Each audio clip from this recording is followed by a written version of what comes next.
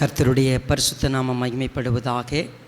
உங்கள் யாவரையும் ஆண்டவராக இயேசு கிறிஸ்துவின் நாமத்திலே நான் அன்போடு கூட இந்த செய்தி வேலைக்கு வரவேற்கிறேன். தேவனுடைய ராஜ்யத்துக்கு அடுத்தவைகள் குறியவைகள்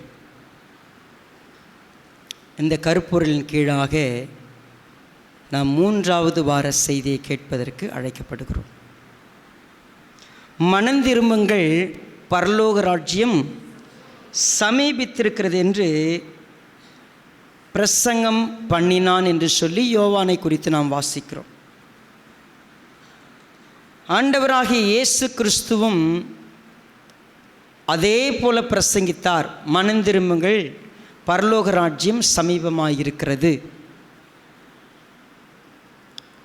பரலோக ராஜ்யத்தை குறித்த ஆரம்ப கால விஷயங்களைத்தான் ஆண்டவராகிய இயேசு கிறிஸ்து அவர் செய்யவும் உபதேசிக்கும் தொடங்கின காரியம் அவருடைய வாழ்க்கையில் இருந்தது.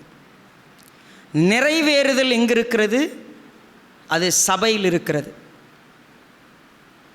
2 வாரத்துக்கு பிற்பாடு ஒரு முக்கியமான விஷயத்தை நாம் கற்றுக்கொள்வதற்கு அழைக்கப்படுகிறோம்.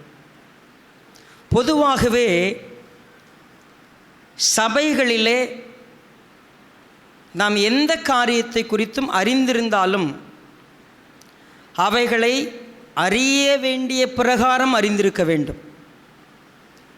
அதை சரியாக நாம் அறிந்து கொள்ளவில்லை என்று சொன்னால் நிச்சயமாய் நாம் அதை தவறாகத்தான் புரிந்து வைத்திருப்போம்.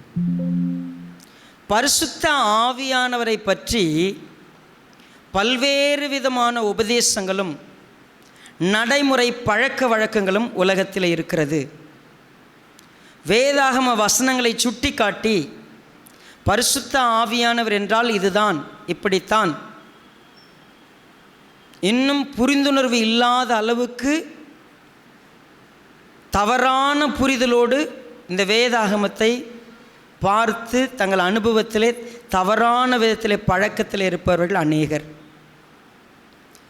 தேவனுடைய ராஜ்யத்திற்கும் பரிசுத்த ஆவியானவருக்கும் மிக நெருங்கிய தொடர்பு இருக்கிறது. தேவனுடைய ராஜ்யம் என்று சொன்னாலே அதிலே குறிப்பாக ஒரு வேலை செய்யக்கூடிய நபர் பரிசுத்த ஆவியானவர். இந்த பரிசுத்த ஆவியானவர் என்று சொல்லும் பொழுது இன்றைக்கு அநேக விதமான எண்ணங்களை நாம் வகுத்திருக்கிறோம். நம்முடைய புரிதல் அப்படி இருக்கிறது. நமக்கு முன்பதாக இருக்கிற கிறிஸ்தவர்கள் அப்படி இருக்கிறார்கள். அவர்கள் செய்யக்கூடிய காரியங்களுக்கெல்லாம் வேத வசனங்களை கோடிட்டு காட்டுவது வழக்கம். அவர்கள் செய்வதும் காட்டக்கூடிய வசனமும் பொருத்தமா என்று நிஜமாலும் ஆராய்ந்து பார்த்தால் அது உண்மையாகவே போலியாக இருக்கும்.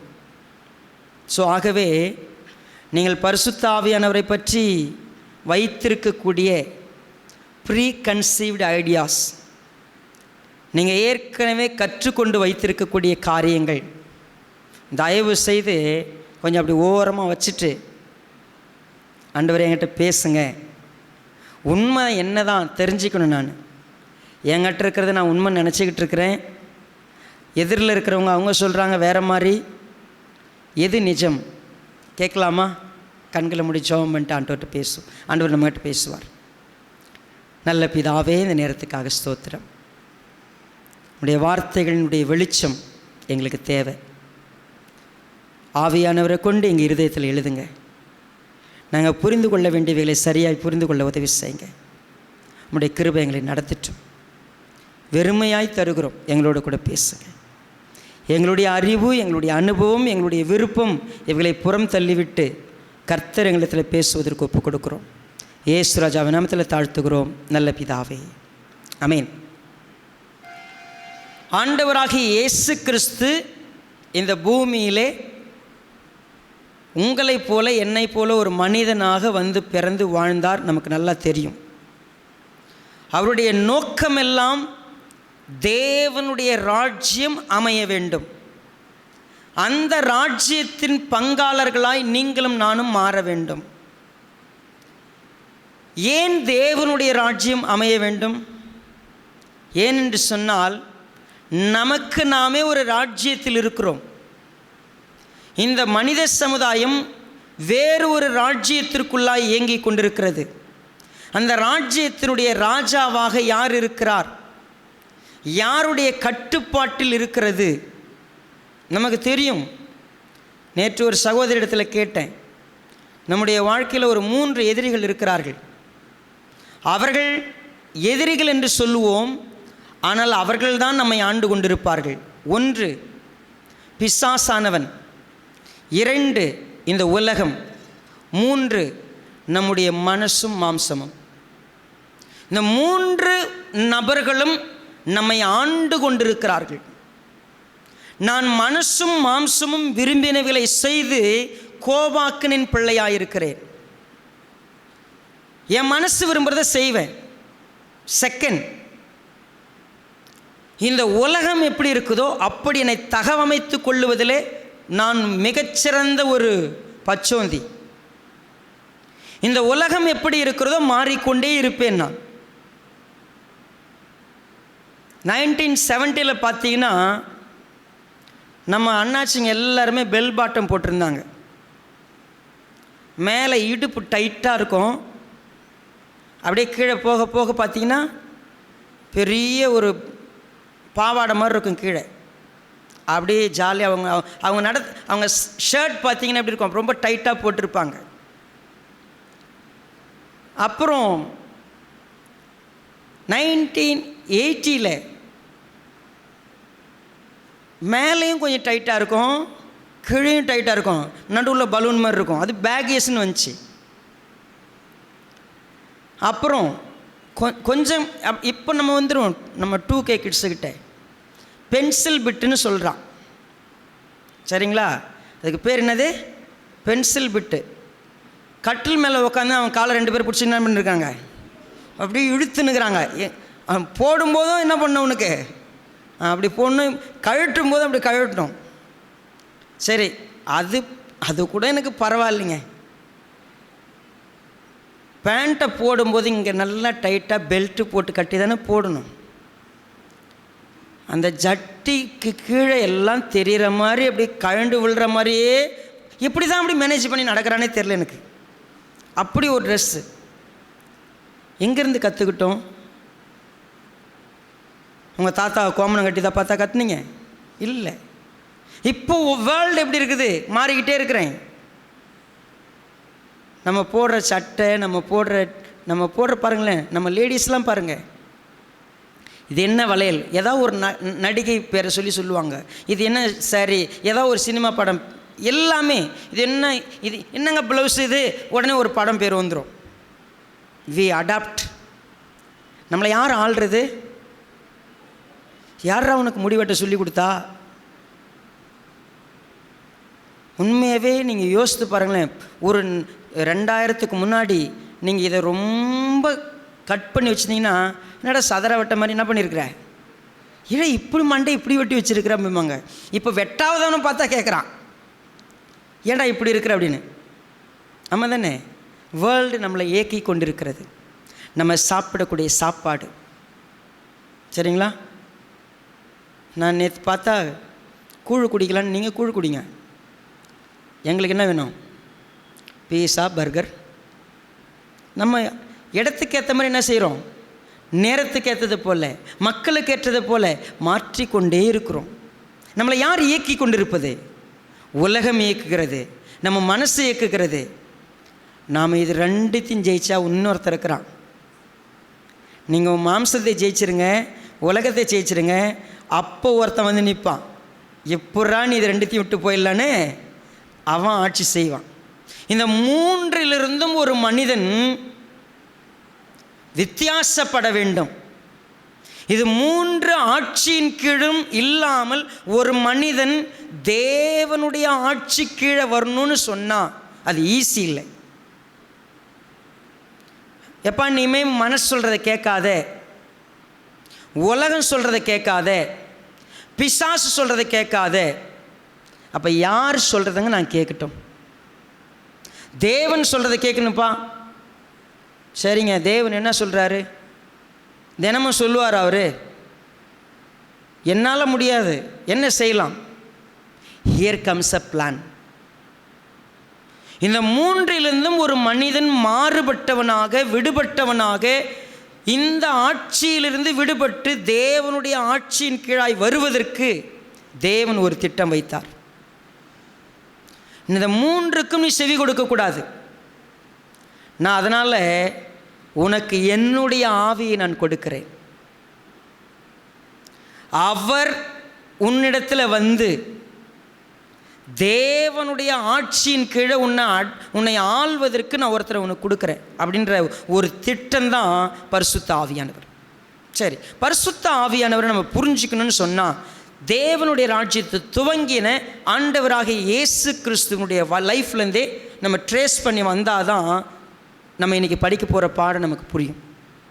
ஆண்டவராகிய இயேசு கிறிஸ்து பிரசங்கம் பண்ணுறதுக்கு முன்னாடி என்ன நடந்துச்சு பாருங்கள். முதலாவது மத்திய எழுதின சுவிசேஷம் 3வது அதிகாரம்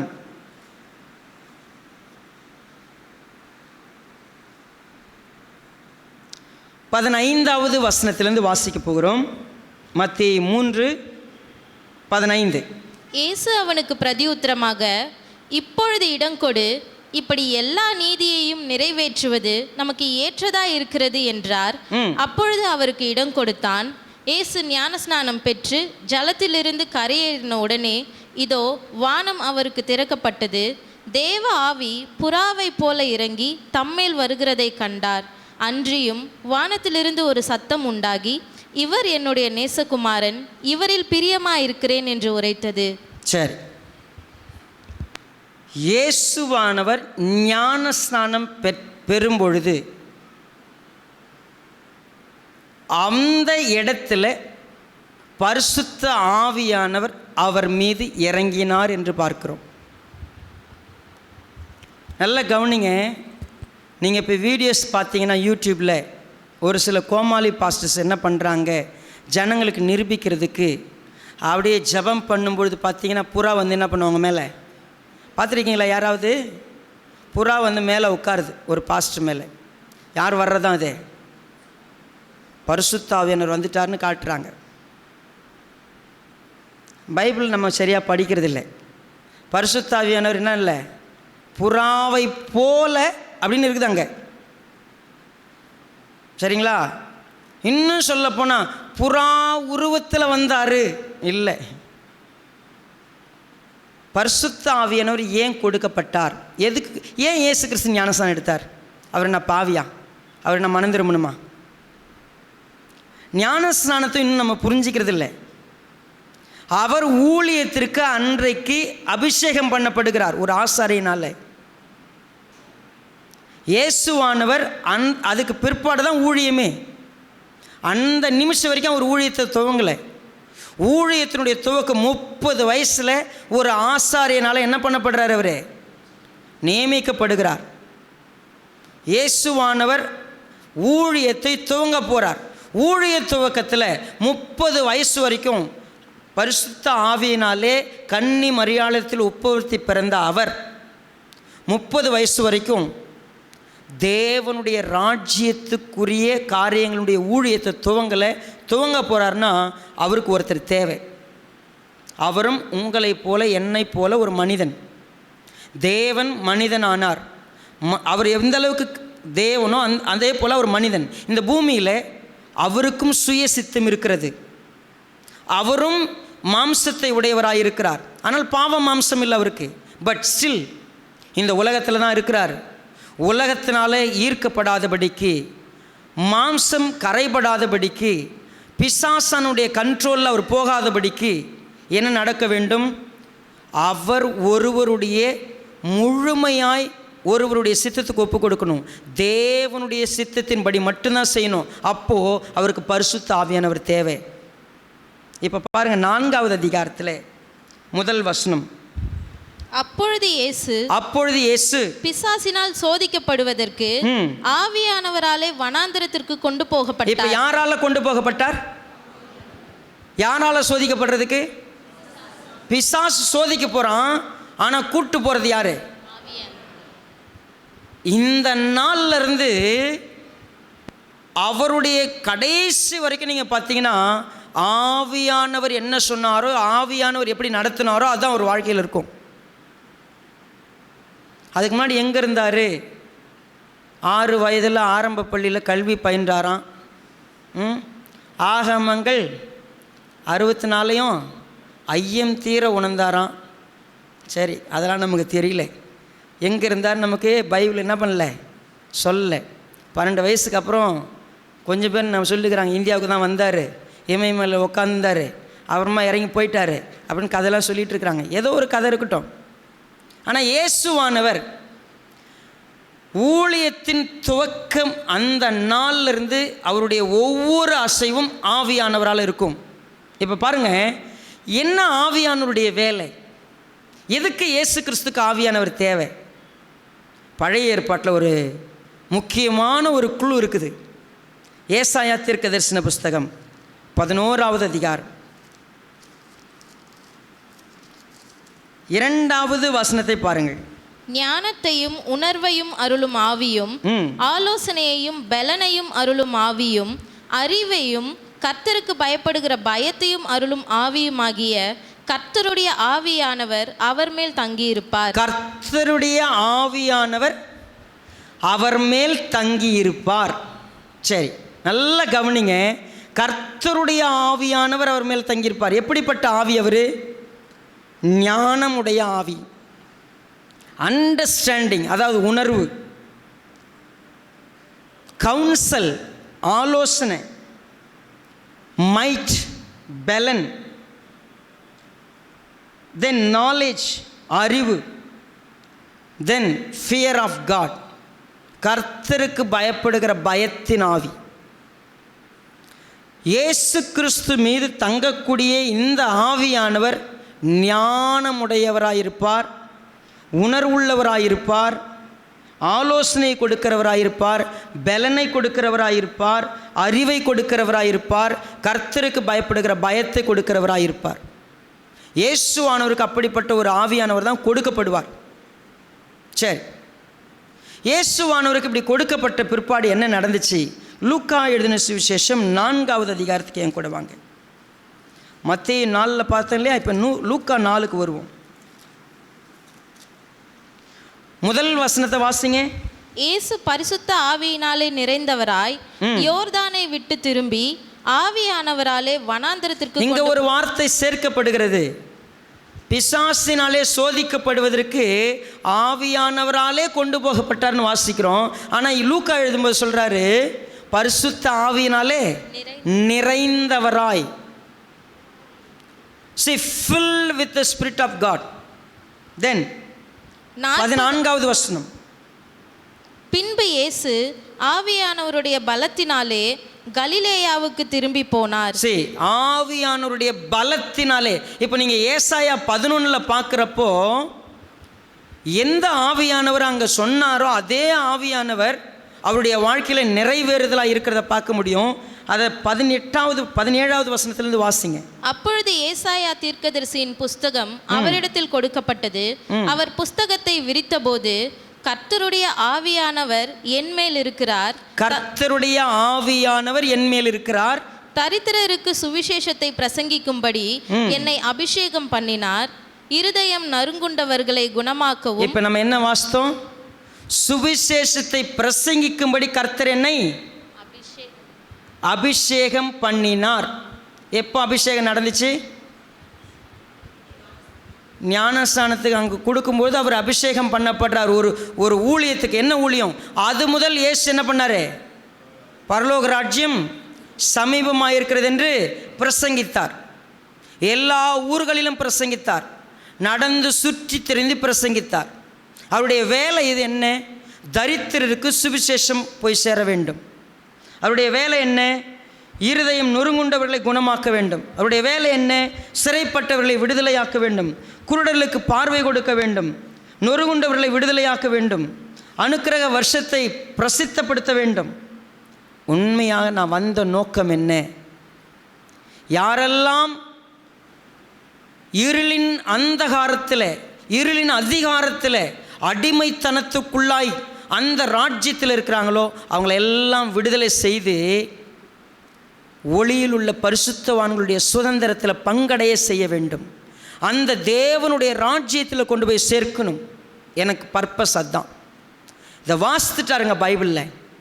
வாசித்த உடனே 20வது வசனம் வாசித்து புஸ்தகத்தை சுருட்டி பணிவிரைக்காரிடத்தில் கொடுத்து உட்கார்ந்தார்.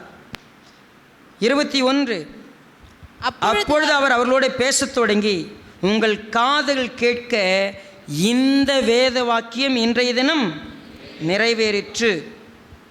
உண்மையாகவே ஆண்டவராகிய இயேசு கிறிஸ்து பரிசுத்த ஆவியினாலே நிரப்பப்பட்டவராய், பரிசுத்த ஆவியின் பலத்தினாலே, பரிசுத்த ஆவியானவராலே அவர் படிக்கக்கூடிய வசனம் இது என் வாழ்க்கையிலே செயல்படுத்த வேண்டிய ஒன்று. கர்த்தருடைய ஆவியானவர் என் மேல் தங்கியிருக்கிறார். நான் என்ன செய்ய வேண்டும்? விடுதலையை பற்றி பேச வேண்டும், ரட்சிப்பை பற்றி பேச வேண்டும், மீட்பை பற்றி பேச வேண்டும். மக்கள் தவறான அதிகாரத்திலே, ஆளுமையிலே, ஆட்சியிலே இருக்கிறார்கள். அதிலிருந்து அவர்கள் விடுதலையாக வேண்டும். அதுதான் அவருடைய வேலை. அவர் அதை தான் செஞ்சார். பரிசுத்த ஆவியானவர் எதற்கு கொடுக்கப்பட வேண்டும்? அவருடைய நோக்கம் இதுதான். அதனால தான் ஆண்டவராகிய இயேசு கிறிஸ்து என்ன செய்தார்? தான் அழைத்த சீஷர்களை ட்ரெயின் பண்ணார். அவங்களுக்கு சொன்னார், நீங்கள் தான் இந்த தேவனுடைய ராஜ்யத்தை ஸ்தாபிக்க வேண்டும்னு சொன்னார்.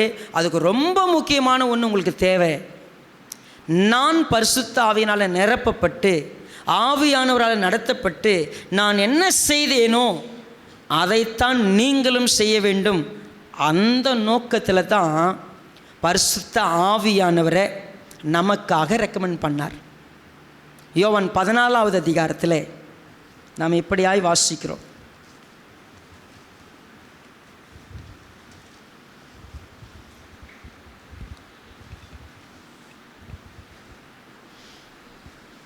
பதினைந்தாவது வசனம் முதலாவது வாசிங்க. நீங்கள் என்னிடத்தில் அன்பாயிருந்தால் என் கற்பனைகளை கைக்கொள்ளுங்கள். நீங்கள் என்னிடத்தில் அன்பாயிருந்தால் என் கற்பனைகளை கைக்கொள்ளுங்கள். நான் பிதாவை வேண்டிக் கொள்ளுவேன், என் கற்பனைகளை கைக்கொள்ளும்படி, என்னிடத்தில் அன்பாயிருக்கும்படி, என்னை விசுவாசிக்கும்படி வந்திருக்கிற உங்கள் யாவருக்காக நான் வேண்டிக் கொள்ளுவேன். என்ன வேண்டிக்குவேன்? அப்பொழுது என்றென்றைக்கும் உங்களுடனே கூட இருக்கும்படிக்கு சத்திய ஆவியாகிய வேறொரு தேற்றரவாளனை அவர் உங்களுக்கு தந்தருளுவார். நான் உங்களுக்காக வேண்டிக் கொள்ளுகிறேன். யாருக்காக? என்னிடத்தில் அன்பாயிருந்து என் கற்பனைகளை கைக்கொள்ளுவதற்கு விருப்பத்தோடு என்னை விசுவாசித்து என்னை பின்பற்றக்கூடிய ஒவ்வொருவருக்கும் நான் இந்த சத்திய ஆவியாகிய தேற்றரவாளனை கொடுக்கும்படி வேண்டிக் கொள்ளுவேன். நல்லா புரிஞ்சுக்குங்க. நீங்கள் யாராவது எனக்கு பரிசுத்த ஆவியானவரை தாங்க ஆண்டவரேன்னு ஜெபம் பண்ணிங்கன்னா you miss understood the concept. பரிசுத்த ஆவியானவரை கொடுக்க சொல்லி நீங்களும் நானும் என்ன பண்ண தேவையில்லை? ஜெபம் பண்ண தேவையில்லை, கேட்க தேவையில்லை. ஏன்னா அது யார் கேட்குறது? இயேசுவானவர் அவரை நேசிக்கக்கூடிய, அவருடைய கற்பனைகளை கை கொள்ளக்கூடிய, அவரை விசுவாசிக்கக்கூடிய, அவரை பின்பற்றக்கூடியவர்களுக்கு கொடுக்கக்கூடிய கிஃப்ட் அது. அவர் ஜெபிக்கிறார். எந்த சபையாவது இன்னைக்கு பரிசுத்தாவினர் வர்றதுக்காக ஜெபம் பண்ணாங்கன்னா அவங்க பைபிளை சரியாக படிக்கலன்னு அர்த்தம். இது இயேசுவானவருடைய வேலை. என்னை பின்பற்றக்கூடியவங்களுக்கு நான் என்ன செய்ய போகிறேன்? என் மேல் தங்கி இருக்கிற ஆவியானவர் அவங்க மேலேயும் தங்கி இருக்கணும். ஏன்னா அவர் எங்கே ஆரம்பித்தார் தெரியுமா? அந்த 14வது அதிகாரத்தை 1வது வசனத்தை பாருங்கள். உங்கள் இருதயம் கலங்காதிருப்பதாக. ஏன் சொன்னார்? நான் போயிட்டா நீங்கள் என்ன ஆயிடுவீங்களோ, நீங்கள் என்ன பண்ணாதீங்க, கலங்காதீங்க. தேவனிடத்தில் விசுவாசமாயிருங்கள், என்னிடத்துலையும் விசுவாசமாயிருங்கள். அப்போ பாருங்க, விசுவாசத்தை பற்றி ஃபஸ்ட்டு பேசினார். நான் போனால் உங்களுக்கு ஒரு இடத்த ஆயத்தம் பண்ணி நான் திரும்ப வந்து உங்களை என்ன பண்ணுவேன்? நான் கூப்பிட்டு போவேன். தேவனுடைய ராஜ்யத்தினுடைய முழுமைக்கு நீங்கள் வந்து சேருவீங்க. அந்த சேருகிற வரைக்கும் நான் உங்களை திக்கற்றவர்களாய் விடேன். நீங்கள் தனியாக இருக்க போகிறதில்லை, நீங்கள் தனிமையாக இருக்க போகிறதில்லை. உங்களுக்கு ஒரு தேற்றரவாளனை, ஆவியானவரை நான் உங்களுக்காக வேண்டிக் கொள்வேன். அப்பொழுது பிதாவினர் கொடுப்பார். என்ன நடக்குது பாருங்கள், 17வது வசனம். உலகம் அந்த சத்திய ஆவியானவரை காணாமலும் அறியாமலும் இருக்கிறபடியால் அவரை பெற்றுக்கொள்ள மாட்டாது. பாருங்க, உலகம்னு சொல்லும் பொழுது இந்த பூமியில் இருக்கிற மற்றவங்க சத்திய ஆவியானவரை காணாமலும் அறியாமலும் இருக்கிறபடியால் அவரை பெற்றுக்கொள்ள மாட்டார். இப்போ இவங்களுக்கு எப்படி தெரியும் இருக்கிறாருன்னு? சொல்லுங்க பாருங்க. உலகத்தில் இருக்கிற யாருக்குமே தெரியாது, ஆனால் உங்களுக்கு தெரியும். எப்படி தெரியும்? நீங்கள் என்னை பார்த்துருக்குறீங்க. நான் தேவனுடைய ராஜ்யத்தை ஸ்தாபிக்க வரும்போது நான் செய்யக்கூடிய ஒவ்வொன்றும் என்னுடைய சுயமாய் நான் செய்யவில்லை, என்னுடைய விருப்பமாய் நான் செய்யவில்லை. தேவன் என்ன சொன்னாரோ அதை நான் செய்ய. அப்போ யார் மூலமாக செஞ்சுருக்கிறேன்? ஆவியானவர் மூலமாக செஞ்சுருக்கிறேன். இப்போ அதை நீங்கள் புரிஞ்சுருக்கிறீங்க. அதனால் நான் என்ன சொல்கிறேன், அவர் உங்களுடனே வாசம் பண்ணி உங்களுக்குள்ளே இருப்பதால் நீங்கள் அவரை, இப்போ கவனிங்க, நீங்கள் கேட்டதுனால நீங்கள் மன்றாடுறதுனால உங்களுக்கு கிடைச்சார் அவர். நான் வேண்டிக்குவேன், அவர் உங்களுக்கு கொடுக்கப்படுவார், அவ்வளோதான். நீங்கள் ஒன்றுமே உங்களுக்குள்ளே வந்துடுவார். நீங்கள் சிம்பிளாக எப்போ பாஸ்டர் ஆவியானவர் எனக்கு வந்தார்? நீங்கள் விசுவாசத்துக்கு வந்துட்டீங்க. இந்த விசுவாசம் சபைக்கு இல்லை. ஆண்டவராக இயேசு கிறிஸ்து மேலே விசுவாசம் உள்ளவர்களா, அவரை நேசிக்கிறவங்களா, அவருடைய வசனத்தை கை கொள்கிறவங்களா, அவரை பின்பற்றவங்களா என்றைக்கு நீங்கள் முடிவு எடுக்கிறீங்களோ அன்றைக்கி யார் வந்துட்டா? தனியாக 3-4 மீட்டிங்லாம் போட தேவையில்லை. அவருக்காக தனியாக மேல் வீட்டில் போய் உட்காந்துருக்க தேவையில்லை. யாராவது உங்களுக்கு அப்படி சொல்லி கொடுத்தாங்கன்னா பைபிளை தப்பாக படித்தவங்க யாராவது சொல்லி கொடுத்துருக்குறாங்க. நீங்கள் விசுவாசத்துக்கு வந்தால் போதும், நீங்கள் அவரை நேசித்தா போதும், நீங்கள் அவருடைய உடன்படிக்கைக்குள்ளே வந்து நான் இனிமேல் கற்பனைகளை கை கொள்ளும் ஆண்டவரே, இனிமேல் நீங்கள் எனக்கு வேணும்னு சொல்லி அவரை பின்பற்ற ஆரம்பித்தா போதும், ஆவியானவர் வந்துடுவார். அவர் உங்களுக்குள்ளே வந்துட்டார். ஸோ எதுக்காக கொடுக்கப்பட்டார்? அவர் சொல்கிறாரு 14வது அதிகாரம் 26வது வசனம், என் நாமத்தினாலே பிதா அனுப்ப போகிற பரிசுத்த ஆவியாகிய தேற்றரவாளனே எல்லாவற்றையும் உங்களுக்கு போதித்து, உங்களுக்கு எல்லாவற்றையும் போதிக்கிறவர், நான் உங்களுக்கு சொன்ன எல்லாவற்றையும் உங்களுக்கு எல்லாவற்றையும் நினைப்பூட்டுகிறவர், நான் சொன்ன எல்லாவற்றையும் நினைப்பூட்டுகிறவர், சமாதானத்தை உங்களுக்கு.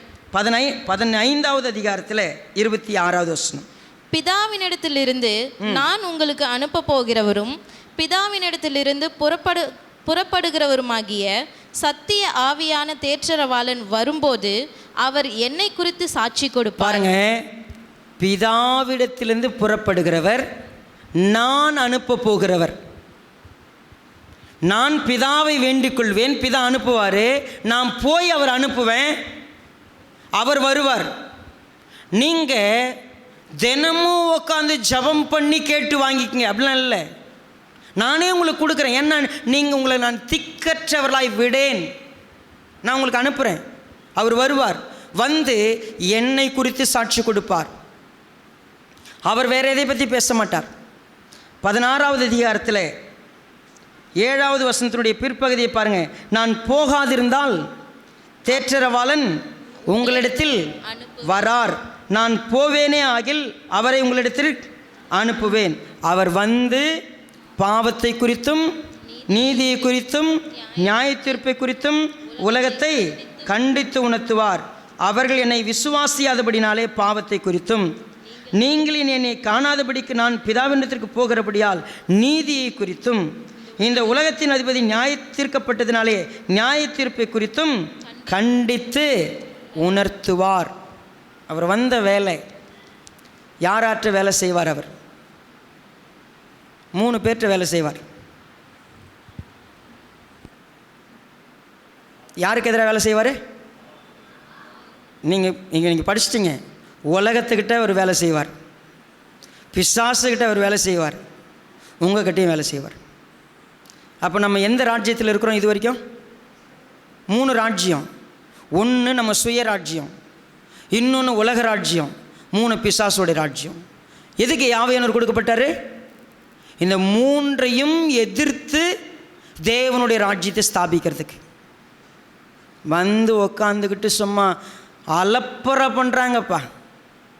பரிசுத்த ஆவியானவர் வந்துட்டார்னு என்னென்ன வேடிக்கை காட்டணுமோ காட்டிருக்கிறோம். சுயத்தை வெறுக்காத ஒரு கிறிஸ்தவன், உலகத்தை வெறுக்காத ஒரு கிறிஸ்தவன், பிசாசை எதிர்த்து நிற்க முடியாத ஒரு கிறிஸ்தவன், ஆனால் பரிசுத்த ஆவியில் நிரம்பி என்னன்னா பேசணுமோ பேசிகிட்டு இருக்கிறோம். எதுக்கு பரிசுத்த ஆவியினர் தேவை? உன் சுயத்தை வெறுத்து முழுக்க முழுக்க தேவன் என்ன நினைக்கிறாரோ செய்கிறவரா மாற்ற வைக்கிறதுக்கு தான் பரிசுத்த ஆவியானவர். உங்கள் சபையில் ஆவியானவரே கிடையாது. இவங்க யாருக்கோ முடிவு பண்ணிட்டாங்க. ஆவியானவர் எப்படி இருப்பாராம்? கலர் கலராக புகையில் இருப்பார். அப்படியே ஆவியில் வெந்து அப்படியே நொந்து அந்த மாதிரியா? நீங்கள் பேசுகிற ஒரு பாஷையை வச்சுக்கிட்டு உங்களுக்கு சொல்கிறேன், நான் ஓப்பனாக டிக்ளேர் பண்ணுறேன், அத்தனையும் ஏமாத்து வேலை, பொய், கற்பனை. நீங்கள் பேசக்கூடிய எந்த பாஷையாக இருந்தாலும் அந்நிய பாஷைன்னு ஒன்று சொல்லி நீங்கள் பேசுனீங்கன்னா ஓப்பன் டிக்ளரேஷன் சொல்கிறேன், நீங்கள் கர்த்தரை ஏமாத்துறீங்க, உங்களை ஏமாத்துறீங்க. ஏன்னா அப்படி ஒரு பாஷையை இப்போ கர்த்தர் வச்சில்லை. அப்படி ஒரு வரம் இப்போ இல்லை, இருந்தது. அது என்ன வரம்? அதுதான் நம்ம இன்றைக்கி கவனிக்க போகிறோம். அந்த வரத்தை வச்சு உலகத்தை ஏமாற்றிக்கிட்டு இருக்கிறோம். தேவன் கொடுத்த கிஃப்டை வச்சு ஏமாற்றிட்டு இருக்கிறோம். இன்னும் தேவனுடைய ராஜ்யத்துக்குள்ளே வரல. எல்லாம் அவங்கவுங்க ராஜ்யத்தை கட்டுறதுக்கு வேலை பண்ணிகிட்டு இருக்கிறோம். அவங்கவுங்க விருப்பத்துக்கு வாழ்கிறதுக்கு யாரை மேலே மூடாப்பு போட்டு வச்சுருக்கிறேன்னா பரிசுத்த ஆவியானவரே. நான் பரிசுத்தன்னு காட்டுறதுக்கு பாதை தோறும் வேதம் ஏந்தி பரிசுத்தன் என்று காட்டுகிறேன். ஆனால் அவர் காட்டுற பாதையில் நடக்கிறதுக்கு உள்ளமே இன்றி. உண்மை தான். நீங்கள் என்னிடத்தில் அன்பாக இருந்தால் என் கற்பனைகளை கை கொள்ளுவீங்க. உங்களுக்கு கற்பனைகளை கை கொள்றதுக்கு உதவி செய்கிறதுக்கு நான் ஆவியானவரை கொடுத்தேன். உங்களை நீங்கள் ஜெயிக்கிறதுக்கு, உலகத்தை ஜெயிக்கிறதுக்கு, பிசாசை ஜெயிக்கிறதுக்கு ஒருத்தர் உங்களுக்கு உதவி செய்கிறதுக்கு நான் அனுப்புகிறேன். வேறு ஒரு ஹெல்ப்பர், ஒரு சப்போர்ட்டர் உங்களுக்கு உதவி செய்கிறதுக்கு. நீங்கள் ஊர் உலகத்துக்கெலாம் நான் பரிசுத்தவான்னு காட்டுறதுக்கு பரிசுத்தாவினர் இல்லை. நீங்கள் யார் தெரியுமா? பலவீனமான பாண்டம். உங்களை பலப்படுத்த, உங்களுக்கு அறிவில்லை, உங்களுக்கு ஞானம் இல்லை, உங்களுக்கு ஆலோசனை இல்லை, உங்களுக்கு தேவையான கர்த்தருக்கு பயப்படுற பயம் இல்லை. இதை எல்லாவற்றையும் கொடுக்கறதுக்கு ஒருத்தர் வருவார். அவர் தான் ஆவியானவர். அவர் உங்களுக்கு தேவை. உங்களுக்காக நான் ஜெபிக்கிறேன். என்ன ஆச்சு? ஆண்டவராக இயேசு கிறிஸ்து வந்து தேவனுடைய ராஜ்யத்துக்குரியவைகள்லாம் உங்களுக்கு எடுத்து பேசிட்டு எடுத்துக்கொள்ளப்பட்டார். பேன்னு பார்த்து நின்றுருக்காங்க. கலிலேய மனுஷரே, என்ன சொன்னார்ப்பா உங்களுக்கு? பரத்திலிருந்து வரக்கூடிய இந்த பலன் தரிப்பிக்கப்படுற வரைக்கும் போய் ஒரு இடத்துல உட்காருங்க. அவர் வருவார்ப்பா ஒரு நாள். வந்த பிறகு நீங்கள் இந்த மூன்றையும் எதிர்த்து தேவனுடைய ராஜ்யத்தை ஸ்தாபிக்கிற ஒரு ஊழியத்தை செய்யணும். சாட்சியாக இருக்கணும். உங்களுக்கு கொடுக்கப்படுவார். போங்க. பெந்தகோஸ்தே என்ற ஒரு நாள் வந்தது. அப்போஸ்தலர் 2வது அதிகாரம் 1வது வசனம். பெந்தகோஸ்தே என்னும் நாள் வந்தபோது. பெந்தகோஸ்தே என்றால் என்ன? நாங்கள் பெந்தகோஸ்து சர்ச்சுங்க, பெந்தகோஸ்து சர்ச்சுங்க. பெந்தகோஸ்து அப்படின்னா, பென்டகாஸ்ட் அப்படின்னா, பென்டா என்றால் 5, பென்டகாஸ்ட் 50, 50வது நாள். என்ன சர்ச்சுங்க நீங்கள்? நாங்கள் 50வது நாள் சர்ச்சுங்க. பேர் என்னது? என்ன சர்ச்சு பண்ணி? நான் பென்டகாஸ்ட் சர்ச்சு 50வது நாள் சர்ச்சுன்னு தைரியமாக சொல்லுங்கிறாங்க. சரி, ரைட், இருக்கட்டும். பென்டகாஸ்ட் என்றால் 50. 50 என்றால் என்ன? ஒரு இஸ்ரவேலன் 3 பண்டிகைகளுக்கு அவன் நிச்சயமாக எருசலேமுக்கு வர வேண்டும். அதிலும் குறிப்பாக 50வது நாள் நடக்கக்கூடிய பண்டிகைக்கு அவன் இருக்க வேண்டும். 50வது நாள் நடக்கக்கூடிய 1வது ஆபிப் மாதம் 1ஆம் தேதியில் அவன் வந்தான்னா 50 நாளும் அவன் எருசலேமிலே தங்கியிருக்க வேண்டும். எல்லா யூதர்களும் வெளி தேசத்திலேருந்து 18 தேசத்திலேருந்து வந்தவனும் தங்கியிருக்கிறான். அப்போது ஒரு ஆச்சரியமான சம்பவம் நடக்கிறது. பரிசுத்த ஆவியானவர் அவர்களுக்கு கொடுக்கப்பட்டார். முதல் கொடுக்கப்படும் பொழுது தேவன் எல்லாருக்கும் அது பகிரங்கமாய் தெரிய வேண்டும் என்று சொல்லி அதை விசேஷித்த விதமாய் செய்தார். அதே போல வேதாகமத்தில் தொடர்ந்து சபைகளில் இணைக்கப்படும் போதெல்லாம் பலத்த இடி முழக்கம் போல் ஒரு சத்தம் எப்பயும் வந்ததில்லை. காற்று அடிக்கிறத மாதிரி சத்தம் ஆவியான ஒரு முறை, 2வதுலாம் அப்புறம்லாம் கிடையாது. அது ஒரு ஃபஸ்ட் இன்சிடெண்ட். அதே போல் திரும்ப ஃபாலோ பண்ணுறதுக்கு கர்த்தர் அப்படிலாம் இல்லை. ஆவியானவர் கொடுக்கப்படுறார். ரொம்ப முக்கியமான ஒன்று தான் தேவை. என்ன தேவை? எல்லா மனிதன் மேலேயும் ஆவியானவர் கொடுக்கப்படுவார்னு சொல்லப்பட்டது. இந்த ஆவியானவர் கொடுக்கப்பட்டால் கிஃப்ட் கொடுக்கப்படும். எதற்கு? தேவனுடைய ராஜ்யத்தை ஸ்தாபிக்கிறதுக்கு. தேவனுடைய ராஜ்யம் ஸ்தாபிக்கப்படணும்னு சொன்னால் ஆவியானவர் எதுக்கு கொடுக்கப்படுறார், அவர் வந்து என்ன செய்வார், அவருடைய வேலை என்ன, எல்லாத்தையும் மூடி வச்சிட்டோம். அப்போஸ்தலர் 2வது அதிகாரத்தை அப்படியே கையில் எடுத்துக்கிட்டோம். அவர்கள் அந்நிய பாஷையிலே பேசினார்கள். வாங்க கொஞ்சம் படிக்கலாம். 5வது வசனத்தை வாசிங்க. வானத்தின் கீழ் இருக்கிற, மன்னிக்கணுமா, நீங்கள் 4வது வசனத்திலிருந்தே படிங்க. அவர்கள் எல்லாரும் பரிசுத்த ஆவியினாலே நிரப்பப்பட்டு ஆவியானவர் தங்களுக்கு தந்தருளின வரத்தின்படியே வெவ்வேறு பாஷைகளிலே பேசத் தொடங்கினார்கள். வானத்தின் கீழ் இருக்கிற சகல தேசத்தாரிலுமிருந்து வந்த தேவ பக்தியுள்ள யூதர்கள் அப்பொழுது எருசலேமிலே வாசம் பண்ணினார்கள். பாருங்க, வெவ்வேறு பாஷைகளின்படியே பேசத் தொடங்கினார்கள். உங்களுக்கு பைபிள் அப்படி இருந்துச்சுன்னா, இது மனிதனுடைய பாஷையில் பேசினார்கள். என்ன பாஷை அது பாருங்க, 11வது வசனத்தை பாருங்கள். கிரேத்தரும் அரபியருமாகிய நாம் நம்முடைய பாஷைகளிலே இவர்கள் தேவனுடைய மகத்துவங்களை பேச கேட்கிறோம். அந்நிய பாஷைனா என்ன? இங்கே பார்த்தரும் மேதரும் எலாமித்தரும் ஒசபத்தமியா யூதேயா கப்பதக்கியா பொந்து ஆசியா பிரிகியா பம்லியா எகிப்து என்னும் தேசத்திலிருந்து வந்த எல்லா லாங்குவேஜ்லேயும்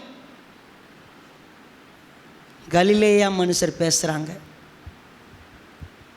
திடீர்னு இங்கே இருக்கிற ஒருத்தர் அப்படியே தெலுங்கில் பிரசங்கம் பண்ணுறார். இங்கே இருக்க ஒருத்தவங்க கன்னடாவில் பேசுகிறாங்க, ஒருத்தவங்க மலையாளத்தில் பேசுகிறாங்க. அவங்க அந்த பாஷை என்னென்னு தெரியாதவங்க. பரிசுத்த ஆவியானவர் ஒட்டுமொத்த உலகத்துக்கிட்டையும் பேசணும், எல்லா மனிதன்கிட்டையும் பேசணும். ஒரு வரத்தை கொடுத்தார். உங்களுக்கு தெரியாத பாஷை, ஆனால் இந்த வரத்தின் மூலமாய் சத்தியத்தை போய் சொல்லுப்போ. அது நடந்துருச்சு. இப்போ இங்கே எல்லாருமே என்னென்னு எடுத்துக்கிட்டாங்க, அந்நிய பாஷைனா நாம் அது தேவனோடு பேசுகிற பாஷை. அந்த பாஷை பூமியில் இல்லாத பாஷை, அது தேவ தூதர்கள் பேசுகிற பாஷை. இப்படியெல்லாம் கனெக்டிவிட்டி ஏற்படுத்தி என்ன பண்ணியாச்சு, ஜெபத்தில் பேசுகிறாங்க ஒரு பாஷை. அதுக்கு அர்த்தம் வேறு இப்போலாம் துணிகரமாக வேறு சொல்கிறாங்க. இதுக்கா பரிசுத்த ஆவியானவர் கொடுக்கப்பட்டார். நீங்கள் அப்படியே உணர்ச்சி வசப்பட்டு பயங்கரமாக ஸ்பீடாக பாட்டு பாடி மியூசிக் ஏற்ற மாதிரி ஆடி அப்படியே மண்டை முழுக்கும் உள்ளே என்ன நடக்குதுன்னே தெரியாமல் உங்களை மறந்து செய்யக்கூடிய விஷயத்துக்கு பேர் பரிசுத்த ஆவியானவன்னு ஒரு கற்பனை. நீங்கள் ஒரே வார்த்தையை வேக வேகமாக சொல்லியே பாருங்களேன், கொஞ்ச நேரத்தில் உங்கள் மூளை உங்கள் கண்ட்ரோலில் இருக்காது. நீங்கள் வேணால் ட்ரை பண்ணுங்கள் வீட்டில். பயங்கர கோபத்தில் உணர்ச்சி வசப்பட்டீங்கன்னா என்ன பேசுகிறீங்கன்னே உங்களுக்கு தெரியாது. அப்போ வர வார்த்தைக்கெல்லாம் நீங்கள் விளக்கம் கேட்டிங்கன்னா அப்புறம் மறுபடியும் நம்ம என்ன பண்ணணும், டிக்ஷனரியில் தேடணும். உணர்ச்சி வசப்பட்டு பேசுகிறதுக்கு பேர் அந்நிய பாஷை. முட்டாள்கள் தேவ பக்தியை கற்பனையில் ஒன்று இருக்குதுன்னு நினச்சிக்கிறாங்க. என்ன 4 பேர் எதிரில் பண்ணிகிட்டு இருக்கிறாங்க. எனக்கு தெரிஞ்சவங்கெல்லாம் பரிசுத்தவான்களாம் அப்படி தான் பண்ணியிருக்கிறாங்க. அவங்க அந்நிய பாஷையில் பேசினாங்க, இவங்க அந்நிய பாஷையில் பேசினாங்க. நான் உங்களுக்கு சொல்கிறேன், வில்லியம் கேரின்னு ஒருத்தர் நம்ம இந்தியாவுக்கு வந்தார். 40 மொழியில் இந்திய வேதாகமத்தை மொழிபெயர்த்து கொடுத்தார். 40 மொழி, 1 இல்லை 2 இல்லை. அவர் என்ன அந்நிய பாஷையை கற்றுக்கிட்டு பேசினாரா? ஒவ்வொரு பாஷையும் கற்று தேர்ந்து எழுதினார். இன்றைக்கி அந்நிய பாஷை வரந்தா போங்க, இந்தியாவில் எத்தனையோ மொழியிலன்னா இல்லை, பைபிள் இல்லை. நீங்கள் அந்த ஊருக்கு போன உடனே உங்களுக்கு அந்த பாஷையில் இலக்கணம் வரைக்கும் எல்லாம் தெரியும். நீங்கள் என்ன பண்ணுங்கள், மொழிபெயர்த்து வேதாகமத்தை கொடுத்துட்டு வந்துடுங்க. உட்காந்து ஊரை ஏமாத்துறதுக்கு, நாங்கள்லாம் பரிசுத்தவான்னு காட்டிக்கிறதுக்கு ஒரு ஆவியானவர் பேரை வச்சுருக்குறோம். ஆவியானவர் அந்த வெள்ளம் இங்கே வந்து ஜிகினா வெள்ளம் காட்டுறதுக்கு வரல. என்ன தெரியுங்களா வந்தார்? உங்களுக்கு எதுக்கு தெரியுமா கொடுக்கப்பட்டார்? உங்கள் சுய மாம்சத்தையும் மனசையும் ஜெயிக்கிறதுக்கு உங்களுக்கு உதவி செய்ய வந்தார். இந்த உலகத்திலேருந்து நீங்கள் பிரிக்கப்பட்டவங்களா வாழ்கிறதுக்கு உதவி செய்ய வந்தார். பிசாசுனுடைய அதிகாரத்திலிருந்து விடுதலையாகி வாழ்கிறதுக்கு உங்களுக்கு உதவி செய்கிறதுக்கு வந்திருக்கிறாரு. இது நடக்கணும். நீங்கள் தேவ ராஜ்யத்துக்குள்ளே வரணும். இத்தனை வருஷம் கிறிஸ்தவனாக இருந்தும் உங்கள் மாம்சத்தை உங்களை ஜெயிக்க முடியலன்னா பரிசுத்த ஆவியானவர் கொடுக்கப்பட்டும் மாம்சத்தின் கிரியைகளுக்கு நீங்கள் இடம் கொடுக்குறீங்க, உலகத்துக்கு இடம் கொடுக்குறீங்க, மேலானவைகளை தேடுறதுக்கு பதில் பூமியில் உள்ளவைகளை தேடுறீங்க. பிசாசானவன் கட்சிக்கிற சிங்கம் போல வகை தேடி திரியிறான். தயவுசெய்து புரிஞ்சுக்கேன். எல்லா சபையிலையும் ஒரு வித்தை காட்டுறாங்க தெரியுமா? பிசாசு பிடிச்சுன்னா துரத்துறோம் அப்படின்னு கூட்டின்னு போய் எல்லாம் வேடிக்கை நடக்குது தெரியுங்களா? நீங்களாம் மயங்கிறீங்க தெரியுங்களா? இந்த பாஸ்டர் வல்லமையான பாஸ்டர், அதுவும் இந்த பேரூர் கை காட்டில் பாஸ்டருக்கு என்ன வல்லமை, பேசவும் தெரிய மாட்டேங்குது, வேஸ்ட்டு ஃபெலோ அப்படின்னு ஒரு வேளை நீங்கள் நினைக்கலாம். வல்லமையான பாஸ்டருங்க நம்ம சுற்றி நிறைய பாஸ்டர்ஸ் இருக்கிறாங்க. பிசாசு பிடிக்கிறதுனா ஒரு ஏமாற்று வேலையை முதல்ல புரிஞ்சுக்குங்க. இந்த 3 எதிரில், 1 உங்கள் சுய மாம்ச மனசு, 2 உலகம், 3 பிசாசு. இதில் முதல் எதிரி யாருன்னு நினைக்கிறீங்க? பிசாசா, உலகமா, மாம்சமா? மாம்சம் தானே. மாம்சத்தை ஜெயிச்சவன் தான் உலகத்தை ஜெயிக்கிறதுக்கு முயற்சி பண்ணுவாங்க. உலகத்தை ஜெயிக்க முயற்சி பண்ணவன் தான் பிசாசு ஜெயிக்க முடியும். இப்போ நம்ம எல்லாரும் ஃபஸ்ட் எதிரி யார் கொண்டு வந்து வச்சுருவோம்? சர்ச்சுங்களை என்ன பண்ணுவாங்க பாஸ்டர்ஸு? எல்லாத்துக்கும் யார் காரணம்? பிசாசு காரணம். இது பொறாமையின் ஆவி, இது வஞ்சகத்தின் ஆவி, இது ஏமாத்தாவி, எல்லாத்துக்குமே ஒரு ஆவி பேரை வச்சுருவோம். ஏன்னா உங்கள் வீட்டில் என்னடா பிரச்சனை? ஜன்னல் இந்த இடத்துல இருக்குதுங்க, அதாங்க பிரச்சனை. டாய்லெட் வந்து கரெக்டாக அந்த மூலையில் இருந்தால் தாங்க உங்களுக்கு கரெக்டாக நீங்கள் அங்கே போனீங்கன்னா சரியாக வயிறு கிளியர் ஆகும். ரைட்டா? நீங்கள் வந்து என்ன பண்ணியிருக்கீங்க? குபேர மூலையை இந்த பக்கம் வச்சிட்டிங்க. எல்லாத்தையும் மாற்றுவான், ஆனால் எதையும் உங்களை மட்டும் என்ன பண்ண மாட்டான். பிரச்சனையே நீ தானான்னு சொல்லுவானா? நீ ரொம்ப அக்கிரமக்காரனா நீ தானே மாறணும், அவனை 2வது வீட்டில் சேர்க்க மாட்டோம்ல. பிரச்சனையெல்லாம் சுற்றி காமிச்சிரும். எல்லா பெண்டகாஸ்டல் பாஸ்டரும் உங்களுக்கு பிரச்சனைக்கு காரணம் நீங்கள் கிடையாதுங்க, நீங்கள் ரொம்ப நல்லவங்க. யார் காரணம்? எதிரி எப்பயுமே பிசாசு தான். ஸோ அவர் அப்படியே மாயாஜாலை வேலையாக காட்டிருப்பார். அவரை ஓட்டுவார், அடுத்து வாரம் அந்த பிசாசு எங்கே தான் வந்து திரும்ப உட்காருவான்னு தெரியாது. வாரம் ஓட்டுறாரு அவர். சரிங்களா? அதுவும் ரோசிக்கு தான் பிசாசே பிடிக்கும். சரிங்களா? நீ பார்த்துருக்கீங்களா? ரோசி இல்லை கிரேசி இவங்க தான் யாரும் பிசாசு பிடிச்சவங்களா உட்காந்துருப்பாங்க. எப்போ அவங்களுக்கு பிசாசு பிடிச்சிச்சு? ஆவியானவர் எங்கே போனார்? நம்ம எதுவும் கேள்வியை கேட்க மாட்டோம் பாருங்க. உண்மையாகவே எதிரி யார் தெரியுமா? நீங்கள் உங்கள் சுய ஆட்சியில் இருக்கிறீங்க. அதை ஜெயிக்கிறவன், உலகத்தை ஜெயிக்கிறவங்க தான் பிசாசு வருவாங்க. நீங்கள் இதிலையே மூழ்கி உட்கார்ந்துருக்கும்போது பிசாசுக்கு எங்கெங்க வேலை இருக்குது? இயேசுவான ஒரு காலத்துலனா அவர் மாம்சத்தை ஜெயிச்சவர், அவர் உலகத்தை ஜெயிச்சவர். அதனால் எந்த நேரமும் பிசாசு முன்னாடி வந்து நின்று அவருக்கு தொல்லை கொடுக்க பார்த்தான். இப்போ நம்ம இயேசுவான ஒரு காலத்தில் பிசாசு இருந்தால் இல்லையா நம்மக்கிட்ட பிசாசு, நீ ஏற்கனவே பள்ளத்தில் விழுந்து கிடக்குற, நான் என்ன உன்னை கீழே தள்ளணும்?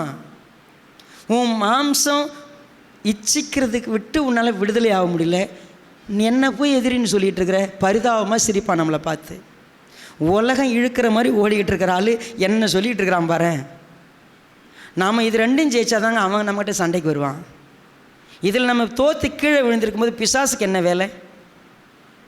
ஜெயிக்க சொல்ல வேண்டியது உங்கள் சுய மாம்சத்தை நீங்கள் ஜெயிக்கணும். அதுக்கு பரிசுத்த ஆவியானவரை நாடணும். உலகத்தை ஜெயிக்கணும், அதுக்கு பரிசுத்த ஆவியானவரும். கடைசி எக்ஸாம் தான் பிசாசு. ஏன்னா இதில் ஜெயிக்கிறவனுக்கு தான் அவன் டெஸ்ட் எடுத்துகிட்டு வந்து நிற்பான். பிசாசானால சோதிக்கப்படுவதுக்கு ஆவியானவரால் வணங்குறதுக்கு இயேசுவானவர் கொண்டு போகப்பட்டார். நமக்கெல்லாம் பிசாசே தேவையில்லை. பெரிய பிசாசு யார்? சாட்சாத்து நாம தான். பாரு, பேயும் பிசாசும் கல்யாணம் பண்ணி குட்டி சாணத்தை பெற்று வச்சுக்குது. ஆமாம் தானே? பேயும் பிசாசும் கல்யாணம் பண்ணி அப்புறம் வீடே அப்படி இருக்கிறப்ப பிசாசுக்கு என்ன வேலை? துரத்துனா யார் தான் துரத்தணும்? நாமெல்லாம் இப்போ தேவ ராஜ்யத்தை பற்றி பேசிகிட்டு இருக்கிறோம். தேவ ராஜ்யத்துக்கு வரணுன்னா இது எல்லாத்துலேருந்தே விடுதலை ஆகி ஆவியானவர் சொல்கிறத கேட்குறதுக்கு இடம் கொடுக்கணும். தேவ ராஜ்யம் எப்போன்னு சொன்னால், நீ என்னிடத்தில் அன்பாக இருந்தால் என் சத்தியத்தை கேட்ப கை கொள்ளுவேன். ஒரு லைன். அன்பாக இருக்கிறதுனா என்ன? நான் என் மாம்சத்தை உங்களை விட நேசிக்க மாட்டேன், இந்த உலகத்தை உங்களை விட நேசிக்க மாட்டேன், இந்த உலகத்தை எல்லாத்தையும் நீங்கள் தான் எனக்கு முதல். நான் அதை தான் சொல்லுவேன் ஆண்டவர்கிட்ட. நான் இனிமே நீங்கள் சொல்கிறத செய்வேன்.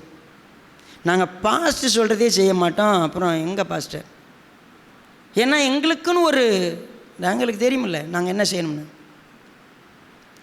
ஞானம், ஒருவேளை உணர்வு, ஆலோசனை, பலம், அறிவு, கர்த்தருக்கு பயப்படுகிற பயம், இந்த ஆவியானவர் இந்த சபைக்குள்ளேருந்து நம்மை ஒரே விதத்தில் இயக்கி நடத்துறதுக்கு அவருடைய ராஜ்யத்துக்கு கூப்பிட்டுருக்கிறாரு. பரிசுத்த ஆவியானவர் நிறைந்திருக்கிற ஒரு சபை இது. பரிசுத்த ஆவியானவரால் இந்த பிரசங்கம் நிறைவேற்றப்பட்டு கொண்டிருக்கிறது. பரிசுத்த ஆவியானவர் இங்கே இருக்கிறாரு. ஆனால் நம்ம பரிசுத்த ஆவியானவரை எங்கேயோ வேறு ஒரு இடத்துல தேடிக்கிட்டு இருக்கிறோம். தூக்கி தூரம் வச்சுருங்க. அவர் உங்களை அவருடைய ஆட்சிக்கு கொண்டு வர்றதுக்கு கொடுக்கப்பட்டிருக்கிறார். நீங்கள் பரிசுத்த ஆவியை துக்கப்படுத்தாதீங்க. பரிசுத்த ஆவியானவர் என்ன பண்ணாதீங்க, அவரை உட்காருங்க ஆண்டவரின் உட்கார வச்சுட்டு உங்கள் இஷ்டத்துக்கு வாழாதீங்க. பரிசுத்த ஆவியானவர் கொடுக்கப்பட்டார். அவர் என்றைக்கே கொடுக்கப்பட்டார். என்கிட்ட ஒரு சகோதரர் கேட்டார், எனக்கு பரிசுத்த ஆவியானவர் கொடுக்கணும், ஜெபம் பண்ணுங்க பாஸ்டர். நான் பரிதாபமாக அவரை பார்த்துட்டு வந்தேன். ஏன் நீ ஆண்டவரை நேசிச்சா, அவருடைய வசனம் வேணும்னு நினச்சா, அவரை பின்பற்ற நினச்சா, அவர் வந்துட்டாருப்பா, நீ தான் அவரை பார்க்காம இருக்கிற. இந்த சபையில் ஆவியானவர் இல்லையா? இருக்கிறாருங்க, உங்கள்கிட்ட இருக்கிறார். ஆனால் நீங்கள் அவருக்கு செவி கொடுக்கணுன்னா, நீங்கள் உலகத்துக்கு செவி கொடுக்குறதையும், மாம்சத்துக்கு செவி கொடுக்குறதையும், மனசுக்கு செவி கொடுக்குறதையும், பிசாசுக்கு செவி கொடுக்குறதையும் தூக்கி தூர வச்சுட்டு நான் அவர் சொல்கிறத நான் கேட்பேன். நிறைவேறியது. என்ன நிறைவேறியது? அப்போஸ்தலர் 2 கடைசியாக இந்த வசனத்தை மட்டும் பார்ப்போம். 18வது வசனம். என்னுடைய ஊழியக்காரர் மேலும் என்னுடைய ஊழியக்காரிகள் மேலும் அந்நாட்களில் என் ஆவியை ஊற்றுவேன். அப்பொழுது அவர்கள் தீர்க்க தரிசனம் சொல்லுவார்கள். பாருங்க 21. அப்பொழுது கர்த்தருடைய நாமத்தை தொழுது கொள்ளுகிறவன் எவனோ அவன் ரட்சிக்கப்படுவான் என்று தேவன் உரைத்திருக்கிறார். ரொம்ப தெளிவாக சொல்லியிருக்கிறாரு. யார் கர்த்தருடைய ராஜ்யத்துக்குள்ளே வர முடியும்? என் ஆவியை நான் ஊற்றுவேன், அவர்கள் சத்தியத்தை சரியான விதத்தில் அறிந்து வெளிப்படுத்துவார்கள். யாரெல்லாம் அதை கேட்குறாங்களோ அவங்க எல்லாம் ரட்சிக்கப்படுவாங்க. அவங்க எல்லாம் தேவனுடைய ராஜ்யத்துக்குள்ளே வர முடியும். நசரேயனாகிய இயேசுவை கொண்டு தேவன் பலத்த செய்கைகளினாலும் அற்புதங்களினாலும் அடையாளங்களினாலும் இவை எல்லாவற்றையும் நடப்பித்து தேவனுடைய ராஜ்யத்துக்குள்ளே வாங்கன்னு சொல்லி அறிவித்து கொண்டிருக்கிறார். யாரெல்லாம் அதற்கு உடன்பட்டு இணைகிறார்களோ அவர்கள் எல்லோரும் தேவனுடைய ராஜ்யத்துக்குள்ளே வர முடியும். நீங்கள் இந்த இயேசுவை சிலுவையில் ஆணி அடித்து கொலை செஞ்சிட்டீங்க. அந்த சிலுவையில் அறைந்த இயேசுவை தான் தேவன் ஆண்டவரும் கிறிஸ்துவும் ஆக்கினார் என்று நீங்கள் அறிந்து கொள்ள வேண்டியது. இந்த சத்தியத்தை தைரியமாக ஒருத்தன் பேசினான். யார் தெரியுமா? பேதுரு. இஸ்ரவேலரே தயவு செய்து கேளுங்க. அதுக்கு முன்னாடி கொஞ்சம் முன்னாடி பேதுரு யார் தெரியுமா? முந்திரி கொட்டை, பயந்தாங்கொல்லி, உயிருக்கு பயந்து ஓடி போய் ஒளிஞ்சுக்கிட்டவன், மறுதளித்தவன். பரிசுத்த ஆவியானவர் வந்த நேரத்திலிருந்து அவன் மாம்சத்தை ஜெயிச்சிட்டான், சுய விருப்பத்தை. இப்போ செத்தா கூட பரவாயில்ல, நான் உயிர் கொடுக்கறதுக்கு தயாராக இருக்கிறேன். பரிசுத்த ஆவியானவர் வந்தார். இஸ்ரவேலரை பார்த்து சொன்னார், நீங்கள் தான் கொலை செஞ்சீங்க, நீங்கள் தான் அடிச்சிங்க. தைரியமாக பேசினான். பலமுள்ள ஆவி அவனுக்குள்ளே வந்துட்டார். தேவனுடைய வசனத்தை கோட் பண்ணுற எண்ணம் அவருக்கு வந்துருச்சு. யோவேல் 2வது அதிகாரம் 28, 29 மனப்பாடமாக சொல்கிறாரு. ஆவியானவர் வந்த பிற்பாடு. அப்போ ஆவியானவர் வந்தால் என் வாழ்க்கையில் ஞானம் வரும், பலம் வரும், உணர்வு வரும், அறிவு வரும், கர்த்தருக்கு பயப்படுகிற பயம் வரும். நான் கர்த்தருக்காக பயன்படுவேன். யாரெல்லாம் நல்ல சாட்சியோடு தைரியமாய் விசுவாசத்தோடு கர்த்தருக்காக வாழ்கிறாங்களோ அவங்க ஆவியானவரால் நடத்தப்படுறவங்க.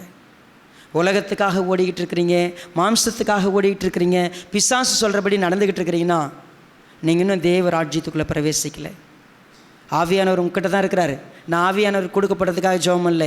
இப்போ வாரம் இறங்கி வாரம் எங்கள் மத்தியில்னா நான் ஜெபம் பண்ண மாட்டேன். ஆவியானவரை வாங்கலாம் கூட வேண்டிய அவசியமே இல்லை. அந்த மேகத்தில் வந்து இறங்குனீரே, இப்போ எங்கள் மத்தியில் வந்து இறங்க ஆண்டவரே அப்படின்னு ஜெபம்லாம் பண்ணாதீங்க. அது தேவையில்லை.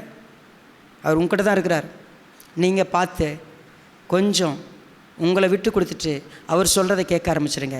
உங்களை ஆளுகை செய்ய ஆரம்பிச்சிடுவார். நீங்கள் பெரிய காரியங்களை செய்வீங்க. உங்களுடைய வாழ்க்கை வித்தியாசமாக இருக்கும்.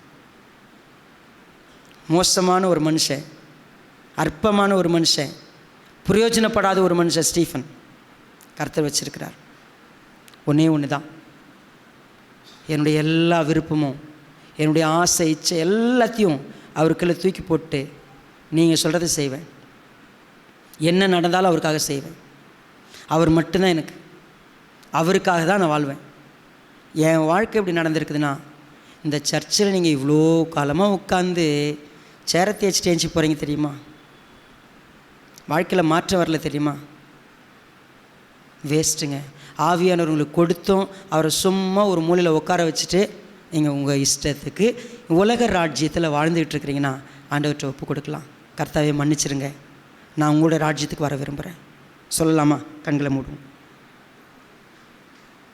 பரிசுத்த பிதாவே, நேசிக்கிறப்பா, இந்த வார்த்தைகளுக்காக நன்றி. எங்களுக்கு ஆவியானவர் கொடுக்கப்பட்டிருக்கிறார். ஆனால் நாங்கள் அவரை பார்க்கல. ஏன்னா எங்கள் மனசு மாம்சமும் வேறு ராஜ்யத்தில் இருக்குது. உலகத்துக்கு நாங்கள் கட்டுப்பட்டுருக்குறோம். பிசாசு எங்களை அடக்கி ஆளை பார்க்குறான். ஆனால் நீங்கள் எங்கள் மேலே அன்பு வச்சு எங்களை தனிமையாக இருக்கக்கூடாது, பலவீனமாக இருக்கக்கூடாது, நீ ஜெயிக்கணும், நீ தேவ ராஜ்யத்துக்குள்ளே இருக்கணும்னு சொல்லி எங்களுக்காக நீங்கள் பரிசை கொடுத்தீங்க. என் ஆவியை ஊற்றுவேனே ஊற்றிட்டீங்க. ஆனால் நாங்கள் இன்னும்